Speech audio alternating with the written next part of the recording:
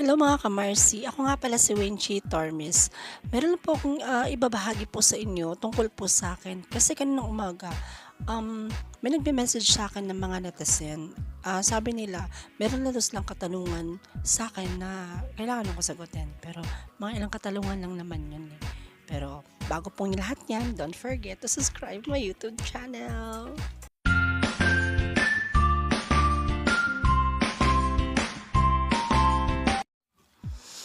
So, eto na nga po, nagbabalik na po tayo sa ating katanungan from netizen.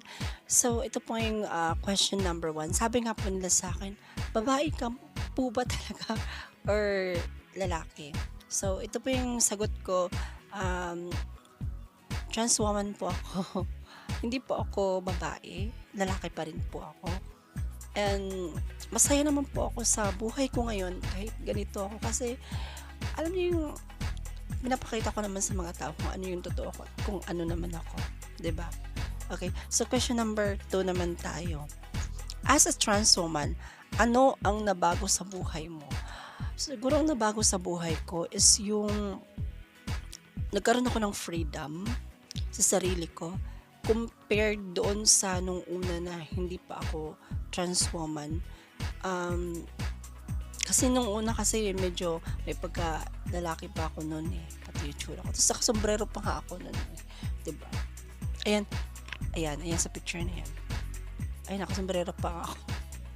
Sabi nila para daw akong Koreano diyan. Tsaka mas bagay daw sa akin na lalaki na lang daw. Pero dito talaga ako mas mga Marcy pabigyan niyo na ako. Okay, question number 3 naman tayo.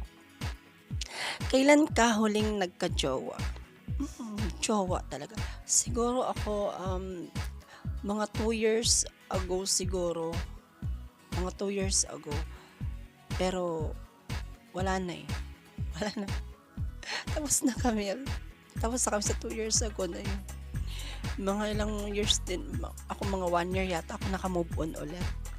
Kasi, hindi naman sa ano yun. Wala naman sa lokohan yun. Wala naman siyang ibang nakita. Reason ko lang naman kung bakit kami nagkahiwalay. Kasi parang wala na kaming time sa isa't isa kasi naging busy ako. Naging busy na rin siya. So, mas pinili na lang namin na tapusin na lang yung relationship kasi wala, yung hirap kapag LDR.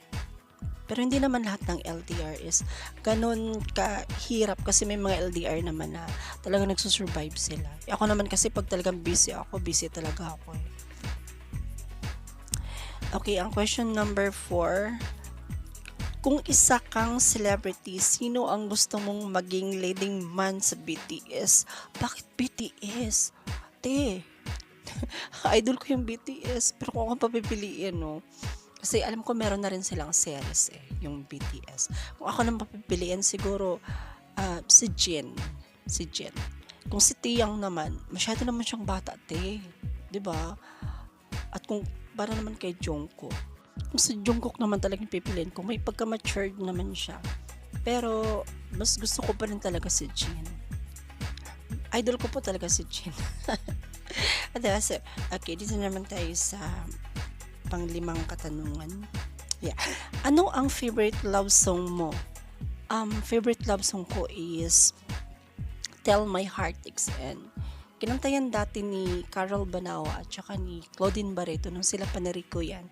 Oh my God, grabe, ang ganda ng palabas na yun. Talagang nakakatagos sa puso. 'Di ba?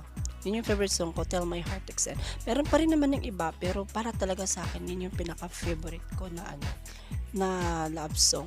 Kasi lahat naman tayo meron tayong mga sarili-sariling mga mga favoritism na mga love song or theme song. Pero para sa akin talaga yun yung napili ko. Yung Tell My Heart Aches End.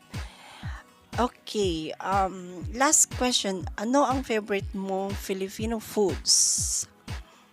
Marami. Sinigang,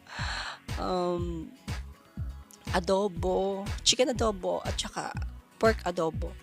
At saka gusto ko rin yung munggo. Kasi every Friday, di ba, yun na yung nakagawian ng mga tao na munggo ang lutuin every Friday. So, favorite ko rin talaga yun. Yun.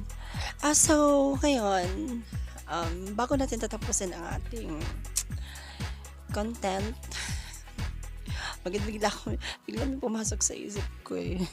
Hindi ko alam. Pero so yan na nga. Bago natin tapusin ang ating content, gusto ko na mag-thank you sa inyong lahat. At sana po lagi niyo pong supportaan ang aking mga video.